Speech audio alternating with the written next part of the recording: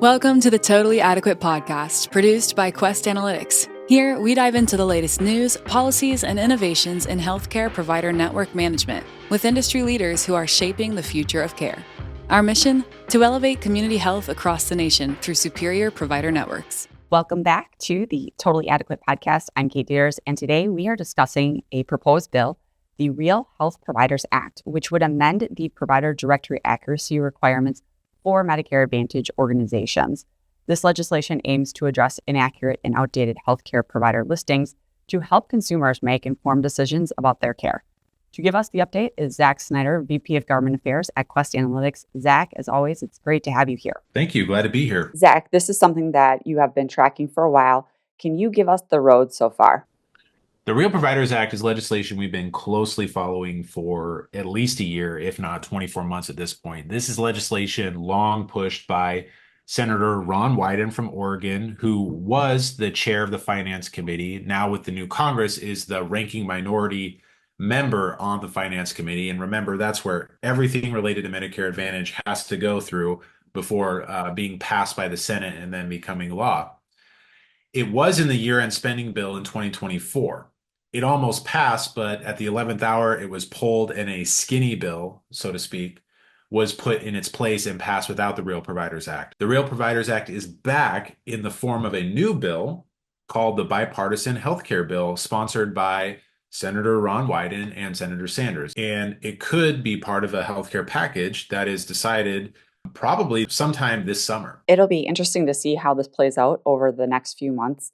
While the specifics are still developing, additional requirements around verifying provider information and provider directory accuracy are always top of mind for our audience.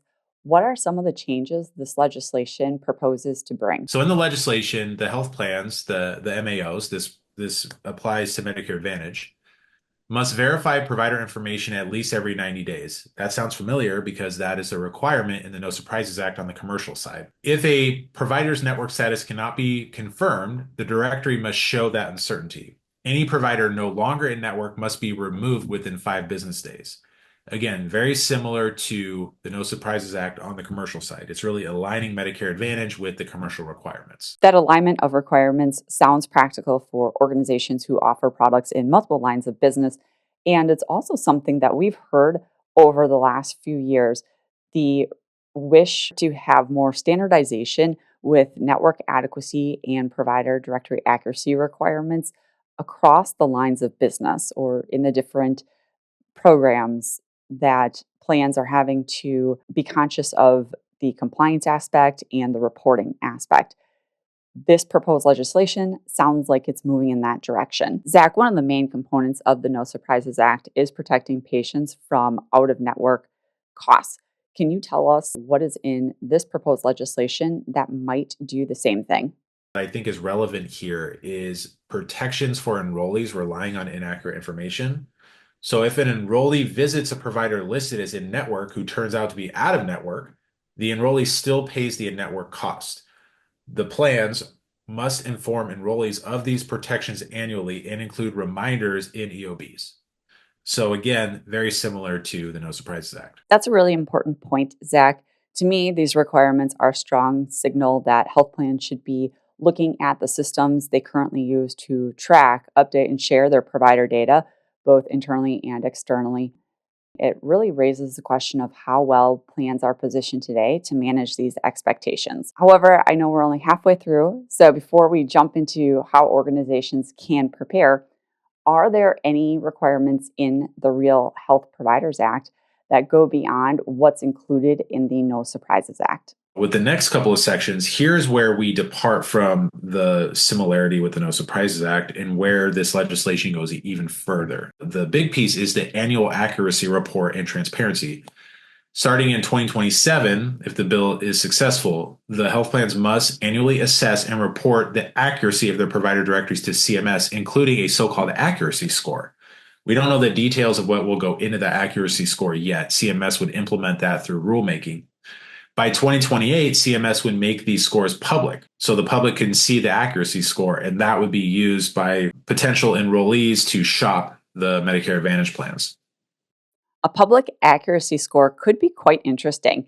not only from a compliance standpoint, but also as a potential competitive differentiator. I'd be curious to hear from our listeners. What are your thoughts on the idea of HHS publishing a public accuracy score and having to display it on your website? All right, Zach, I know there is another related provision. Can you walk us through the one that stands out to you? Another relevant provision is the oversight and evaluation. The Government Accountability Office would review the effectiveness and impacts of the changes, including the administrative burdens on the health plans, and there would be a report delivered to Congress by 2032, which is still quite a whiles away. So that studying and report would take a long time.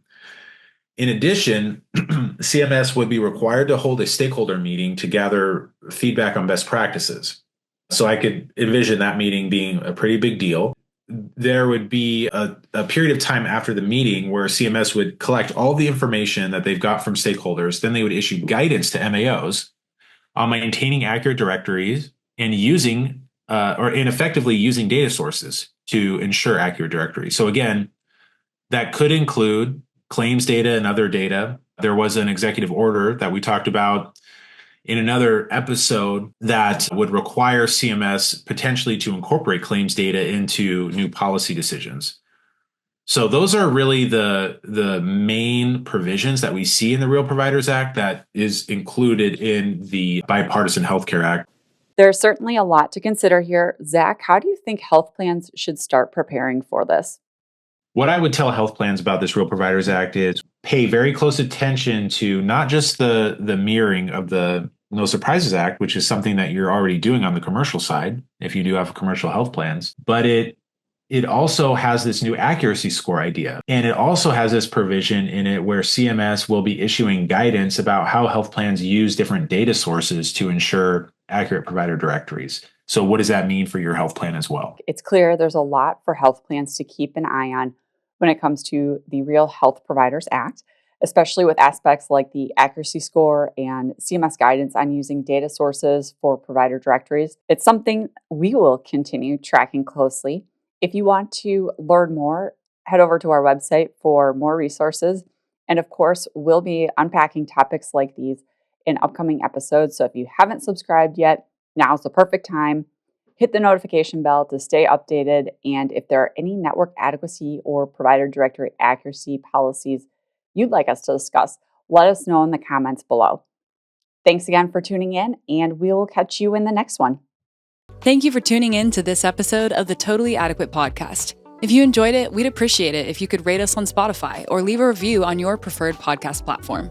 Your feedback helps us grow and bring you even better content. We also invite you to send us any comments or topic ideas by emailing us at thetotallyadequatepodcast@questanalytics.com. The Totally Adequate podcast is produced by Fowler House Films and Quest Analytics. Thank you for listening.